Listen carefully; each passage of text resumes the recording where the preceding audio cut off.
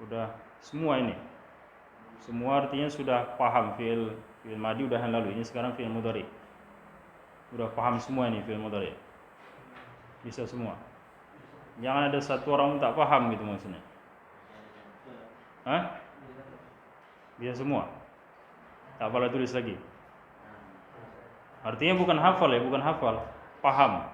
Maksud paham itu ya ketika ditanya misalnya dhamir hunna apa fi'il mudhari'nya misal.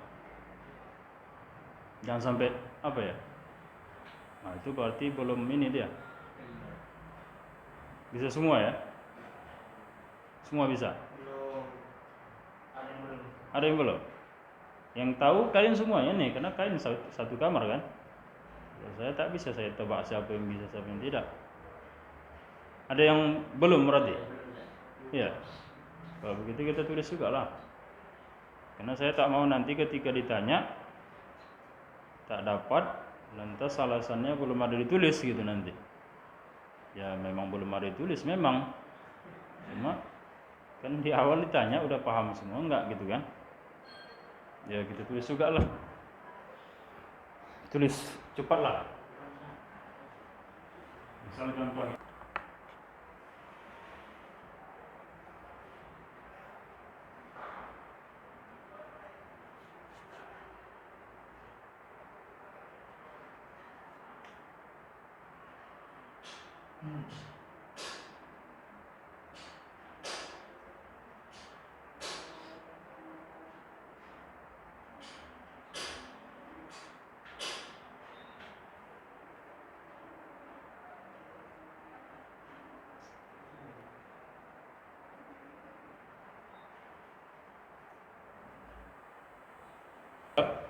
Ya udah paham lah. Paham dhamir, otomatis ini paham. Maksudnya di dalam ini sudah paham lah tuh, di dalamnya ada dhamir. Artinya ketika disebut yaf'alu itu di dalamnya ada dhamir. Dhamirnya dhamir huwa. Jadi dhamir ada 14, sini pun 14 juga. 14. Jadi mau dipakai di tangan ini 14 juga ini semua pas. 33 di sini 14. Pas ya? Sudah ada yang menghitung kan? Pas. Misal wa huma hum ya huma hunna anta antum antum anti antum antuna ana nahnu. Gitu juga fa'ala fa'ala fa'alu. Ini fa'altu fa'alna. Nanti af'alu misalnya af'alu naf'alu. Sama. Zikir pun gitu juga. Jari aja. Tak usah payah kali salah-salah hitung. Ya yang ini juga. Inilah apanya? Gunanya. Kenapa ini salah satu manfaat luar biasa dikasih Allah. Ada garis-garisnya, ada suku-sukunya, bagian-bagian. Salah satunya kalau zikir pakai ini. Mana yang zikir pakai ini? Pas ya? Ada yang tak pakai ini? Cuma hitungnya? Ada yang tahu cuma hitungnya? Ada di situ. Terakhir situ. 1 jari 7. Terakhir sampai sini 33. Subhanallah, subhanallah, subhanallah, subhanallah. Sini dia 1 2 3 4 5 6 7. 7 kali 4 8 tambah 1 2 3 4 5. Pas. 8 tambah 5 33. Jadi pakai jari. Tak ada bingung, tak ada salah. Pas dia. Nah, itulah diantara hikmahnya. Mungkin banyak lagi hikmah yang lain. Intinya yang Allah ciptakan itu pasti ada hikmahnya. Dan tak sia-sia. Cuma mungkin kita belum tahu gitu kan. Belum dapat ya. Oke. 14. Jadi di dalam setiap tasrif ini ada dhamirnya. Sama seperti fi'il madhi. Jadi ketika nanti kita mau menyebutkan sesuatu, maka lihat dhamirnya kepada siapa mau dicakapkan. Kalau memang dia orangnya 2 orang, kemudian pilih fi'ilnya fi'il apa, mau fi'il mudhari atau fi'il madhi, pakailah. Lihat yang tujuan cakap kita ini kepada siapa. Kemudian mau kita cakapkan ini untuk bentuknya yang sudah atau yang mau dibuat atau yang sedang dibuat misalnya. Pakai pilih fi'ilnya. fi'il madhi atau fi'il amr. Itulah gunanya dhamir. Jadi selain dia hafal, dia mesti tahu ini isi yang dihafal ini apa, dhamir yang tersembunyinya apa gitu. Jadi jangan ketika ditanya tahu tasrif fi'il mudhari, tahu tasrif fi'il madhi, tahu maksud dia tahu cuma sekedar hafal. Nah, ini tak bisa. Jangan cuma sekedar hafal, memang paham betul penggunaannya, dhamirnya di dalam, itu memang tahu betul ya. Itu barulah paham. Jadi orang bercakap bahasa Arab pun udah paham ini. Kalau tak paham dia, ya payahlah mengucapkannya. Gitu. Oke. Sama seperti yang fi'il madhi, ini untuk yang mufrad, musanna, jamak, kemudian satu baris untuk laki-laki khusus, ini khusus perempuan, khusus laki-laki, baris keempat khusus perempuan, yang terakhir boleh laki-laki, boleh perempuan. Sama juga ini sebelah sana itu digunakan untuk yang dibicarakan, yang orangnya tidak ada di hadapan, di depan mata kita tak ada orangnya. Kemudian baris ketiga keempat ini untuk yang lawan bicara langsung, orangnya ada di hadapan kita. Kemudian terakhir untuk yang bercakap sendiri. Paham itu ya? Ada pertanyaan? Ada? Tak ada. Kita buat latihan. Ya. Ada yang silap lah bahasanya. Jadi fi'il mudhari itu yang 4 itu masuk huruf mudhara'ah. Kadang ta, kadang alif, kadang ana itu, kadang alif, kadang nun, kadang ya, kadang ta. Yang untuk rumusannya, gambarannya, bayangkan saja dia supaya tak salah. Bayangkan untuk baris pertama itu pakai ya semua. Jadi tak ada cerita alif, nun atau ta di situ. Baris pertama ya, yaf'alu, yaf'alani, yaf'aluna. Semua pakai ya pertamanya, awalnya. Kemudian baris kedua itu baru pakai ta, masuk ta. Taf'alu, taf'alani. Cuma ingat di baris kedua bagian terakhir itu pakai ya lagi. Itu aja. Namanya salah di situ. Ta juga buatnya, padahal ya. Itu baris kedua di bagian terakhir itu pakai ya. Selebihnya ta semua, cuma baris terakhir saja yang pakai alif dan nun. Itu aja kuncinya, supaya tak salah. Jadi intinya berapa? Ya itu ada 4. Ada 4 titik yang pakai ya. Baris pertama 3, kemudian baris kedua di bagian terakhir ada 4. Selebihnya pakai ta. Kemudian di baris terakhir ada alif sama nun. Alif 1, nun 1. Itu aja kuncinya. Jadi jangan sampai salah kapan pakai ya, kapan pakai ta. Yang sering salah-salah. Padahal ta buatnya ya juga. Padahal pakai ta gitu kan. Itulah. Ya artinya tak perlu dihafal-hafal. Karena ada orang hafal cuma tak terbayang dia. Hafal memang cuma tak terbayang. Tak terbayang hurufnya, tulisannya gitu kan. Jadi supaya tak salah, ya bisa dibayangkan kapan pakai ta, kapan pakai ya, kapan pakai alif, kapan pakai nun. Intinya 4 pakai ya. Baris pertama ya semua. Baris kedua di bagian terakhir itu pakai ya. Jadi 4. Selebihnya ta. Kemudian paling bawah lah itu pakai alif 1, nun 1. Dah, itu kuncinya. Oke. Anggap selesai untuk tasrif fi'il mudhari. Kita masuk tasrif fi'il amr. Masih bisa.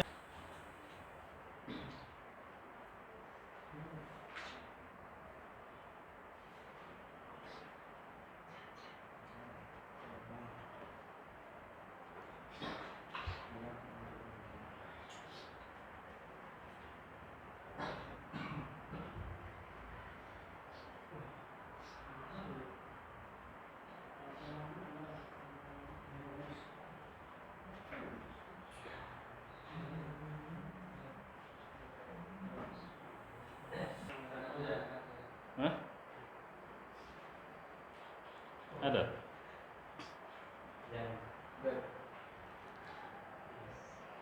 Sholat. Soal alhamdulillah katanya. Dia yang bersin. Habis bersin dia alhamdulillah katanya.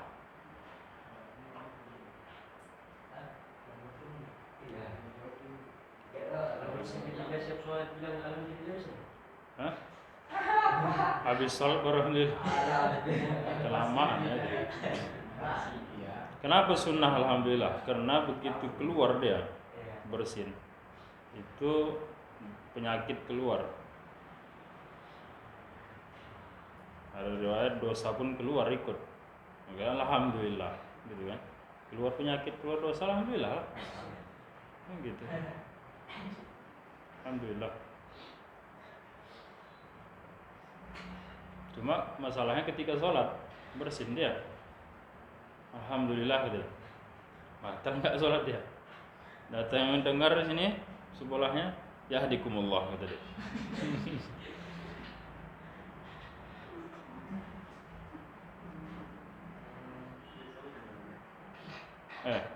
Yang dengar yarhamukumullah. Yarhamukallah.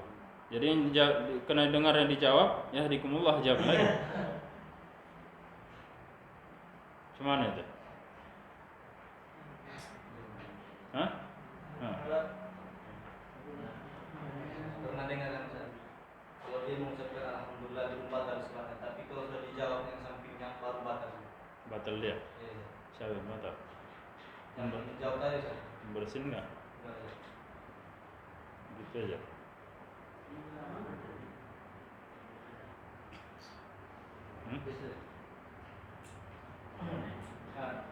Kalau berenang itu memang tak pernah dengar, cuman kan itu seperti doa dalam sholat kan itu ditambah-tambah ya berarti bacaan doanya. Jadi kalau menurut penjelasan Ustaz kemana, kalau dia itu doa yang bersumber dari dalam Al-Quran ataupun yang baik-baik, itu nggak batal sholat walaupun alhamdulillah atau ya kamu kalau kan sebagai doa nggak batal. Kalau doa yang dibikin sendiri baru batal.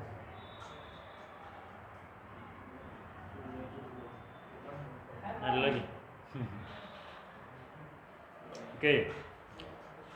Sunnah ketika bersin ucap alhamdulillah. Jadi kalau dalam sholat ya tak ada masalah selama dia yang diucapkan itu lafaznya ya pujian kan begitu, atau terkejut dia istighfar dia kan. Terkejut, kadang ada orang sering suka terkejut. Tahap meletup mercun misalkan. Pas begitu meletup terkejut dia astagfirullah katanya. Tak batal sholatnya. Jadi ketika dia meletup merjun, dibilang kurang ajar kalian. Nah itu batal. Entah apalah bahasa dia kan. Kadang orang yang terkejut ini bahasanya ngeri-ngeri kali. Jadi itu tunjukkan orangnya juga. Berarti ini sering cakap tak bagus sampai. Orang kalau cakapnya terjaga bagus, biasanya yang keluar kalaupun terkejut bagus kan. Tapi ini kalau yang memang suka cakap tak bagus, keluar dari mulut yang tak bagus, pas terkejut nampak itu. Tak apa ya sebutnya. Jadi kalau dalam sholat tak batal, alhamdulillah. Tapi ketika dijawabnya sebelah, begitu dijawabnya, yang jawab itu batal. Kenapa batal? Karena ini ada unsur komunikasi. Tapi pujian juga, walaupun pujian kan untuk menjawabkan ke dia. Karena ada unsur komunikasi, tanya jawab, istilahnya batal yang apa tadi yang kedua. Kalau si yang bersin tadi diam saja dia, tak dijawabnya lagi, tak dibalasnya lagi, dia selamat. Tapi ketika dibalasnya lagi, yahdikumullah kata dia, batal juga ikut dia. Jadi jangan, itu ada unsur komunikasi, tanya jawab, misalnya dialog, gitulah. Maka jadi batal. Itulah apa yang ibaratnya. Berarti dijawabnya setelah sholat ya? Setelah sholat.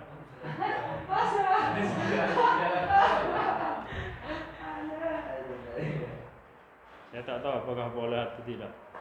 Tak ada keterangan. Udah lama itu. Rakaat pertama dia bersin, misalnya sholat zuhur. Rakaat keempat jam. Sudah dijawab. Tak tahu saya. Entah ada nganjurkan enggak. Ada pernah dengar rupanya nganjurkan ulama.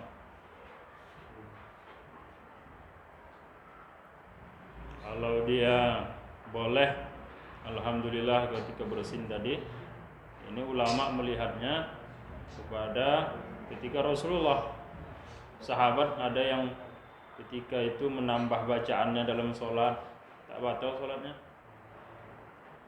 Bahkan jadi syariat pun kan sebagian.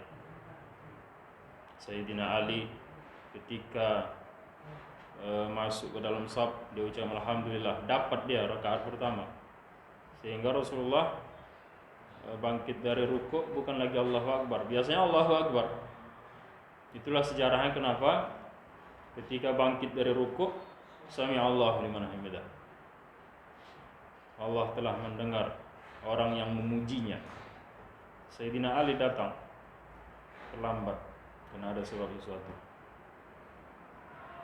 Alhamdulillah masih dapat gitu kan. Ketika itu bangkitlah Rasulullah dari rukuknya. Sami Allahu liman hamidah. Bukan Allahu Akbar. Biasanya selama itu Allahu Akbar sama semua. Tapi pas kejadian itu berubah, berganti jadi sami Allahu liman hamidah. Gara-gara bersih. Dah. Inilah dia tasrif fi'il amar. Jadi tasrif fi'il amar tidak sampai 14, cuma 6 saja. If'al, if'ala, if'alu, if'ali, if'ala, if'alna. Ini domirnya domir apa di dalam?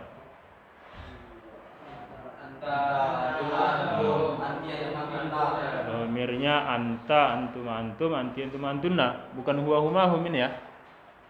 Domirnya anta, antuma, antum, anti, antum, antuna. Kenapa begitu? Karena di sana digunakan untuk lawan bicara, mukhatab dan mukhatabah. Jadi domirnya anta, antum, antum, anti, antuma, antunna. Selesai fi'il. Habis. Secara ringkas begitulah. Terus secara dalamnya nanti ditasrif, disorab, insyaallah. Kita lanjut terakhir mungkin supaya selesai, masuk huruf. Judul baru, huruf al-harfu.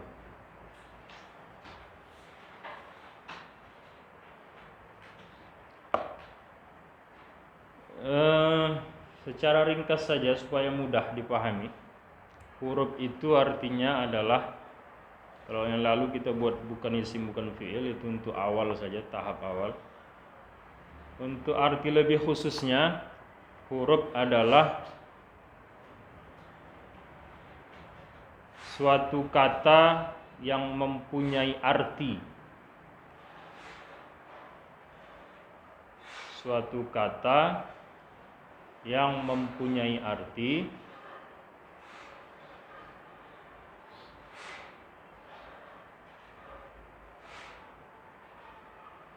namun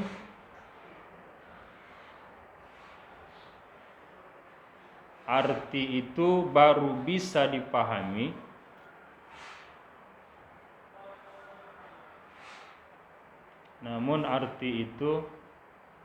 baru bisa dipahami apabila ada kata yang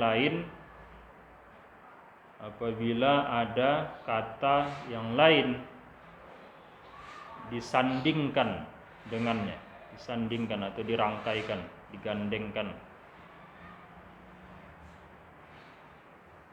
Apabila ada kata yang lain disandingkan dengannya, itulah huruf. Suatu kata yang punya arti, namun artinya itu baru bisa dipahami apabila ada kata yang lain disandingkan dengannya. Paham maksudnya ya? Contoh misalnya min misalnya. Min. Apa artinya? Dari. Ada artinya. Jadi dimaksud huruf di dalam nahwu sharaf ini bukan huruf hijaiyah. Kalau huruf hijaiyah tak ada artinya. Alif misalnya, A misalnya, alif atau A. Apa arti A? Alif. Ada artinya. Tapi kalau misalnya A dalam nahwu sharaf ada artinya. Apakah gitu kan? Jadi kalau dalam huruf hijaiyah atau pelajaran tajwid khususnya, huruf hijaiyah tak ada arti huruf hijaiyah itu. Ba misalnya ada artinya. Tapi kalau di dalam nahwu sharaf ada arti ba.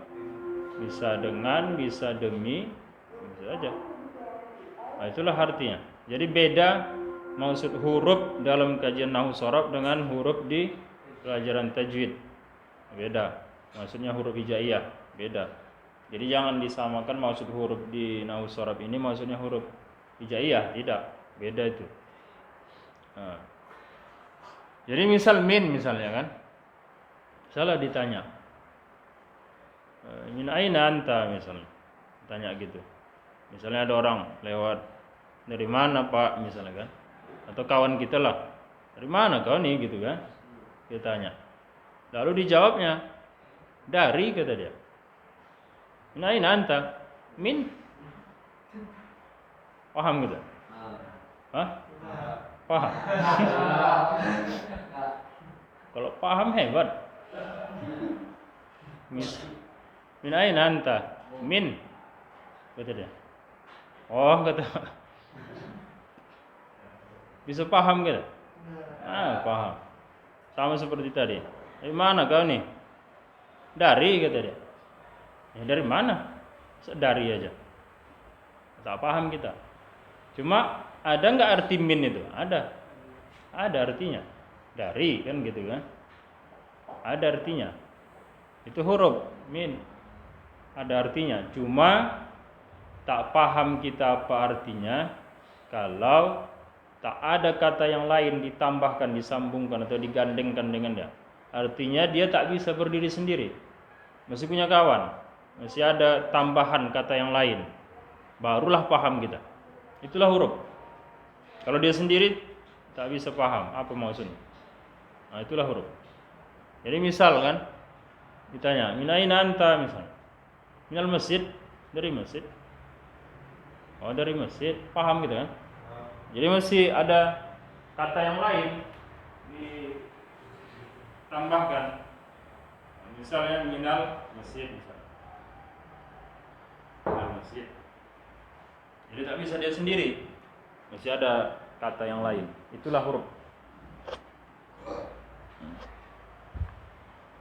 Dah. Untuk huruf sendiri kenal itu mungkin semua dah ya.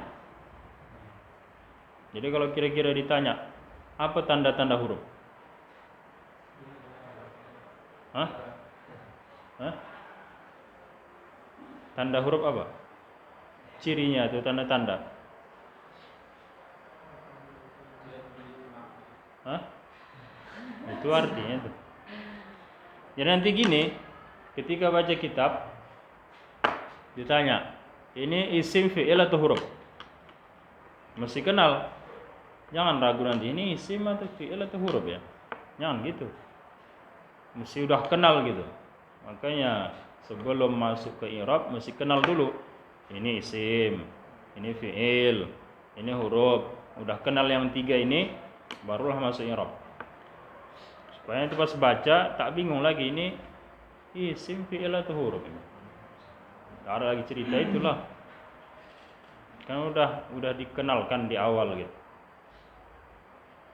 Apa kira-kira kalau ditanya apa ciri-ciri atau tanda huruf?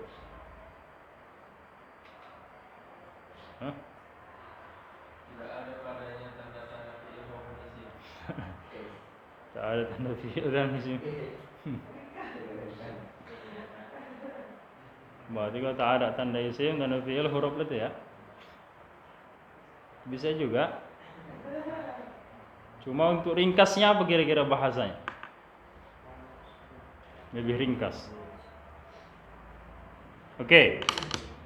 Misal huruf. Ada namanya huruf jar. Ada ya? Huruf jar. Udah hafal semua ya? Hurufnya ada 9. Apa dia?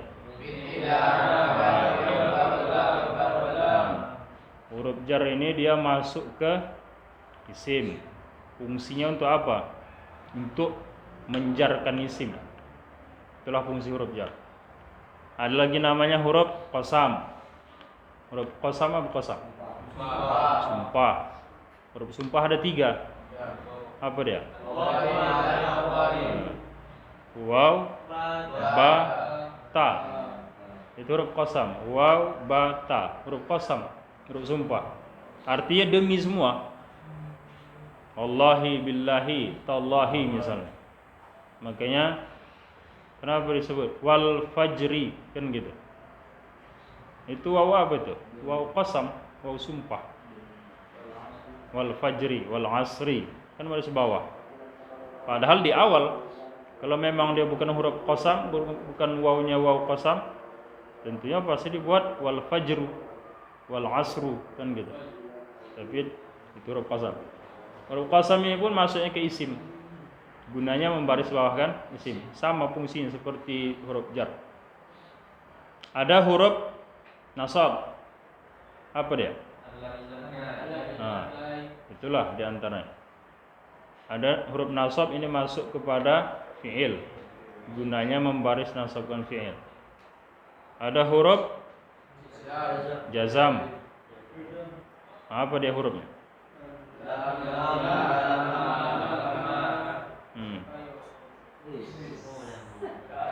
Oke, huruf jazam kemana masuk? Ke fi'il juga. Membaris jazamkan fi'il. Ada lagi namanya huruf istifham misalnya. Apa diantaranya? Hah? Ila wa ghairu. Apa itu? Huruf istifham. Istifham apa istifham? Bertanya. Hal misalnya. Misalnya. Nah, itu huruf istifham. Huruf yang digunakan untuk bertanya. Nah, itulah gambaran huruf. Gambarannya gitu. Dari gambaran-gambaran huruf tadi, huruf jarkah, huruf jazam, huruf nasab, istifham misalnya kan. Dari gambaran itu, kira-kira apalah dia tanda dari huruf itu?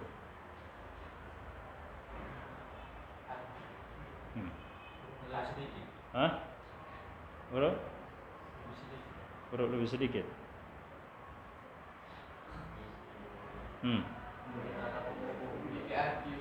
Hah? Semua pakai arti itu. Dari gambaran tadi, huruf-huruf tadi, kira-kira kalau disimpulkan, oh inilah dia tanda huruf. Jadi kalau jumpa, ini huruf, udah tahu. Karena dari sekian banyak huruf, ciri-cirinya begini huruf itu.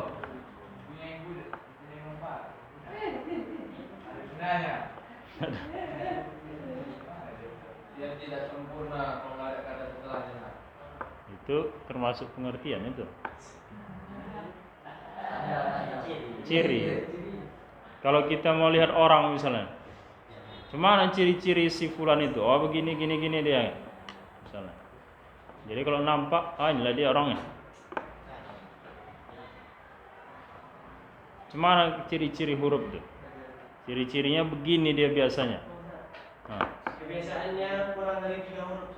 Kurang dari 3 huruf. Biasanya 2 huruf. Biasa 2 huruf. Fi'il ada juga 2 huruf ya? Ada?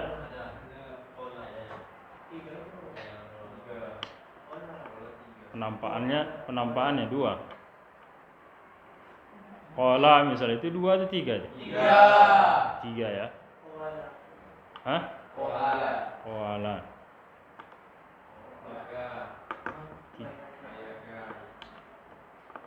Ja'a misalnya. Itu 3 sebetulnya. Jadi kurang 2 huruf.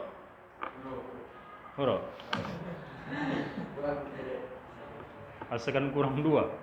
Kurang dari 3. Ada huruf yang 3. Hah? Ada juga ya? Iya.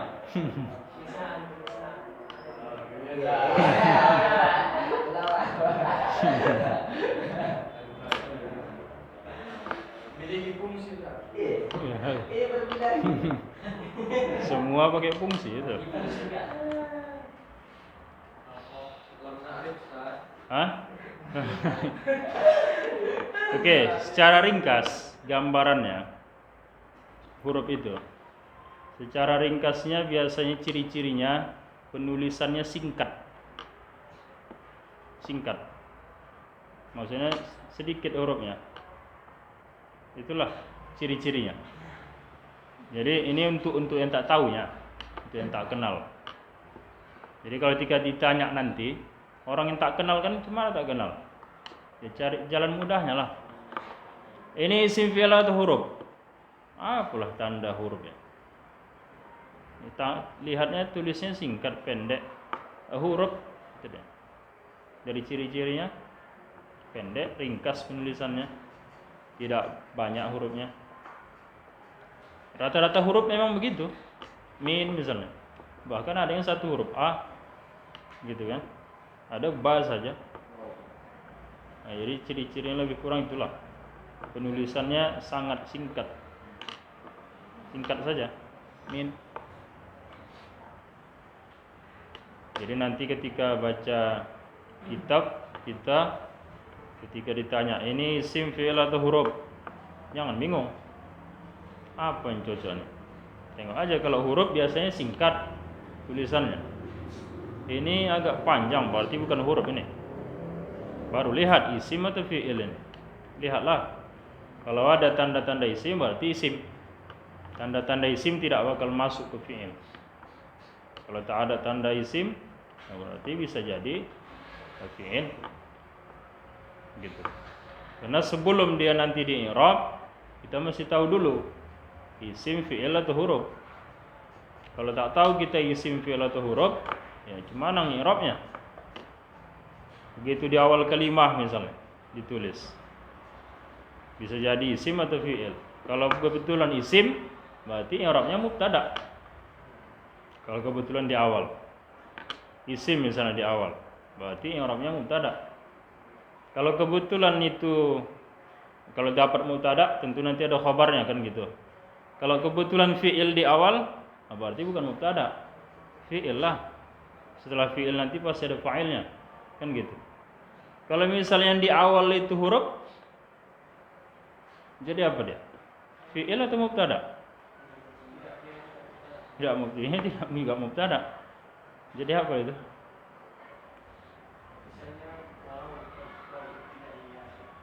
Nah, itu misalnya huruf jar misalnya. Fi misalnya.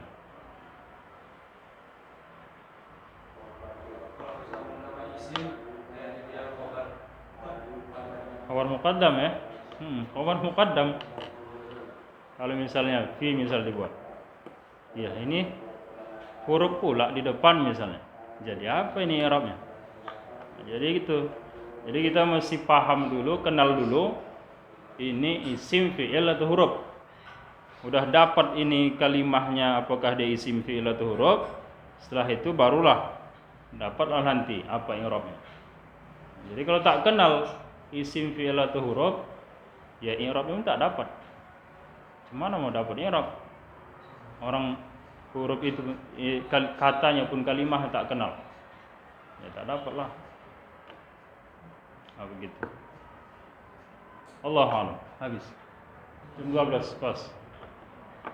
Jadi untuk kalimah yang lalu kita awali dari kalam, kemudian kalimah itu ada 3, isim, fi'il, huruf. Jadi yang 3 ini habis sudah. Isim sudah, fi'il sudah, huruf sudah. Secara dasar lah. Secara dasarnya. Walaupun nanti ada lagi bagian-bagian untuk lebih halusnya. Fi'il lagi masih panjang pembahasan fi'il. Huruf pun huruf banyak huruf. Lebih kurang ada segini, ada satu kitab membahas tentang huruf. Huruf aja dibahas. Jadi huruf itu panjang juga pembahasannya. Tapi secara ringkas untuk dasarnya, ya inilah dia. Sekedar untuk kenal awal saja. Ya kalau ada yang lebih dalam sudah dapat, alhamdulillah. Ini dibuat seperti ini supaya tak ada lagi cerita Tak tahu nanti.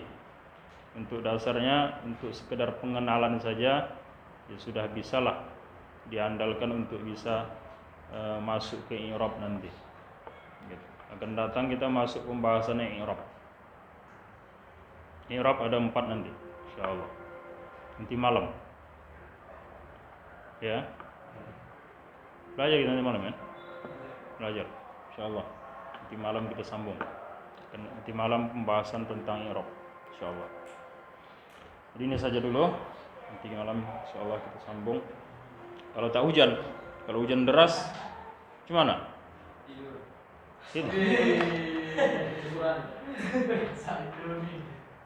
Kalau hujan deras kita belajar enggak? Hah?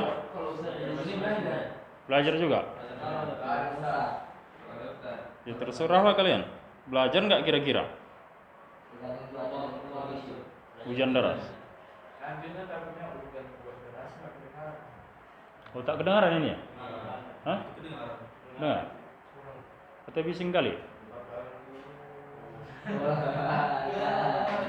Dengar? Kalian habis sisa di masjid aja, tak pulang.